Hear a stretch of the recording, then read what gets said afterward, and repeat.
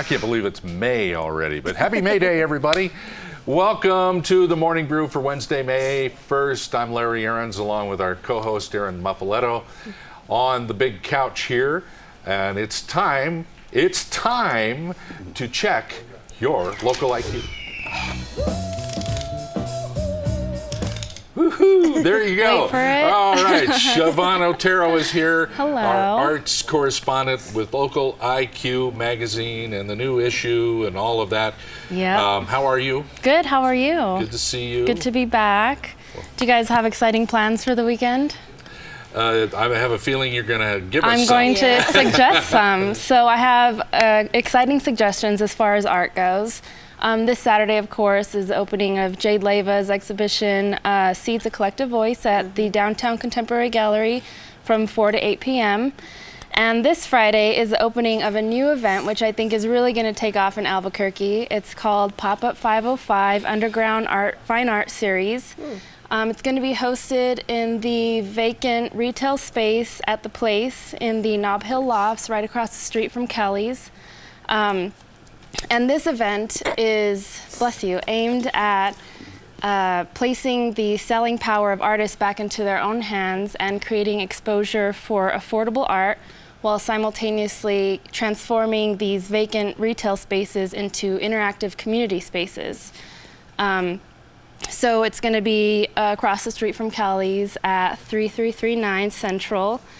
And it's going to feature over 7 artists, I believe, and it's free. There's going to be libations, and so at the event, you get to mingle, check out the retail space, check out some art. It's in collaboration with Base 5 retail partners and Caldwell Banker Legacy. And with us today, we have the host and creator of Pop-Up 505, Joshua Schriber, who's an artist from Santa Fe. Thank you for being here. Yeah, thanks for having me. Fantastic. Excited about the show. Yeah, where'd you come up with this idea? It's a real interesting collaboration. Yeah, it's not a new thing by any means. In bigger cities, I've heard a lot of talk about pop-up shows being done, giving artists who are up and coming a chance to show their work. A lot of the talk that I've heard about these shows are using vacant retail spaces in cool neighborhoods and getting the community to come into this space and having a place for the artists to show their work for free. And that in itself gives the artists the ability to price them at a price that's affordable, move some art, and by pricing them right and by selling some artwork, it encourages up and coming artists like myself to put a little more effort and money into our own art and be able to. Nice. So it's not a charity benefit at this point, although at some point I'd love to include a charity.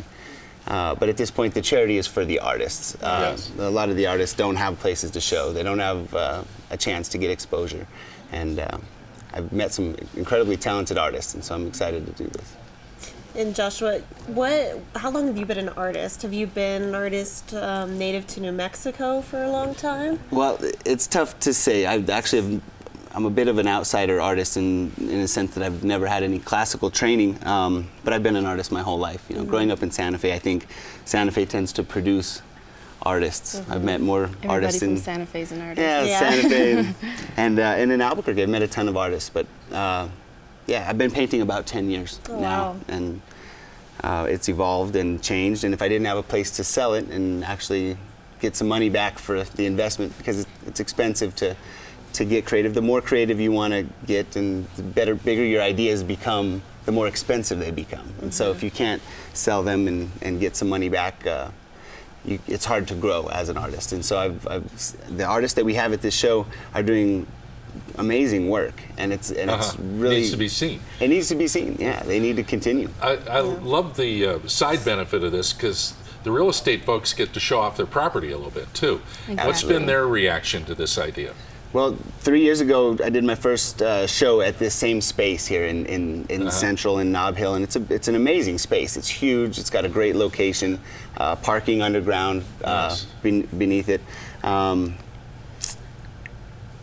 The real estate community benefits because they reach more people on an open house. My friend David Roybal, who's the listing agent for the condos that are upstairs above the retail space,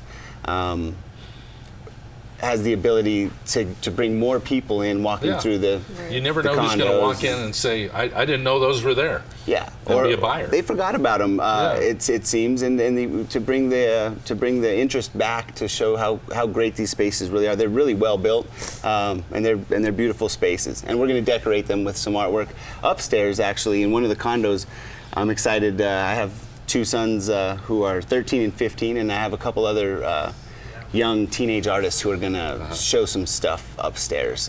Great. And so they're excited to be part of an art show as well, teenagers. All right. So what can we expect? Food, drinks, Yep. lots of art. Live music. Lots of art. DJ Halcyon is going to DJ. We're going to have food from Yanni's. Yanni's was generous enough to help us and do some appetizers. We have some wine downstairs, and yeah, art, fun, food, mingling. Good. Fantastic. Good social. Yeah, good social place to come and meet people. Now, Siobhan, you brought some images.